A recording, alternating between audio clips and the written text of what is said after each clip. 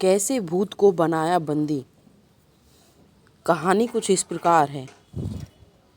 एक समय की बात है, एक पंडित अपनी पत्नी को लेने के लिए ससुराल जा रहा था। तभी उसे रास्ते में एक व्यक्ति मिला। उसने पंडित से पूछा, महाराज कितनी दूर तक जा रहे हैं। पंडित ने कहा कि मैं अपनी पत्नी को ससुराल से लेने जा रहा हूँ। हैरानी से उस व्यक्ति ने पंडित से कहा कि आप पितृपक्ष में पत्नी को लेने के लिए जा रहे हैं। क्या आप जानते नहीं हैं कि इस महीने में किसी तरह का शुभ कार्य नहीं किया जाता। पंडित ने तपाक से कहा, अरे मैं ब्राह्मण हूँ, मुझ पर ये सारे नियम लागू बिल्कुल भी नहीं होते। उस व्यक्ति को पंडित के मुंह से ऐसी बात सुनकर बड़ा अजीब लगा, लेकिन वो कर भी क्या सकता था। वो चुपचाप वहाँ से निकल गया। पंडित भी अपने रास्ते की ओर चलते चले गए और कुछ देर बाद ससुराल पहुँचे। वहाँ पहुँचते ही उनका खूब आदर सत्कार हुआ, लेकिन लड़की वालों ने भी पितृपक्ष में बेटी को घर से ससुराल भेजने से मना कर दिया। ब्राह्मण भी मानने वालों में से थे नहीं।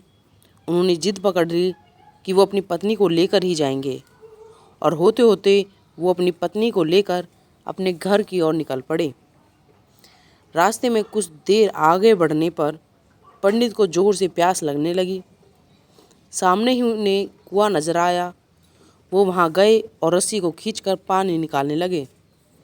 उसी वक्त एक व्यक्ति भी वहाँ पहुँचा और उसने पंडित से अपने लिए भी पानी निकालने के लिए कहा।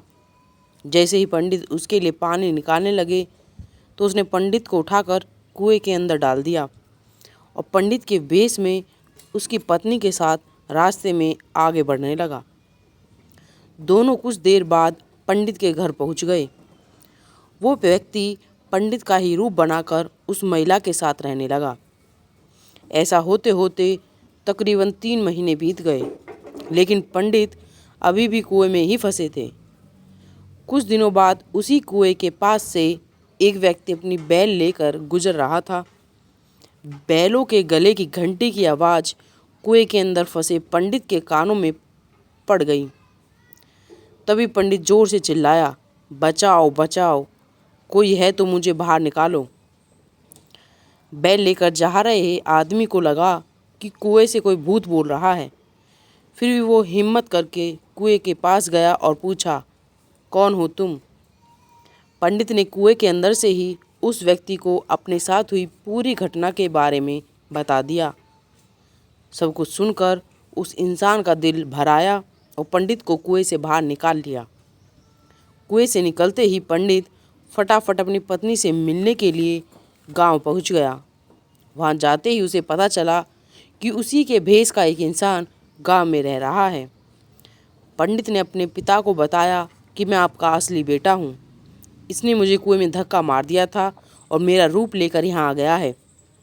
यही बात पंडित पूरे गांव वालों को बोलने लगा, लेकिन किसी ने उसकी बात पर भरोसा नहीं किया।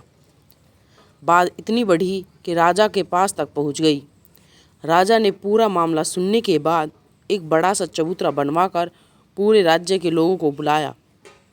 साथ ही एक लोटा भी वहाँ रख दिया। जब सभी लोग वहाँ पहुँच गए तो राजा ने दोनों से पूछा, तुम में से असली पंडित कौन है। जवाब में दोनों ने कहा, मैं असली हूँ, मैं असली हूँ।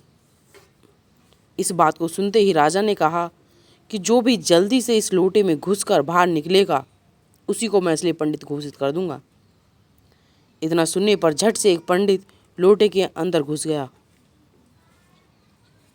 इतने में राजा ने लोटे का ढक्कन तेजी से बंद कर दिया।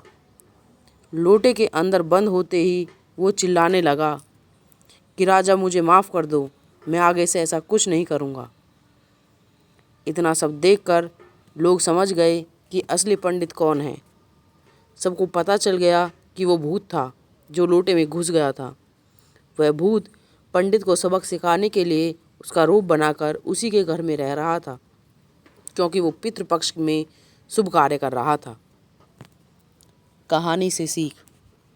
बड़े बुजुर्गों द्वारा कही गई बातों के पीछे कोई न कोई वजह छिपी होती है। इसलिए शुभ कार्यों को पितृपक्ष में नहीं किया जाना चाहिए। बुजुर्गों के अनुभव के आधार पर ही कुछ समय के लिए पितृपक्ष के दौरान शुभ कार्य करने से रुक जाना चाहिए। आपको कैसी लगी ये कहानी कमेंट बॉक्स में कमेंट करें। वीडियो को लाइक, शेयर और ज़्यादा से ज़्यादा सब्सक्राइब करें। मिलते हैं अपनी नेक्स्ट वीडियो में, तब तक के लिए बाय बाय।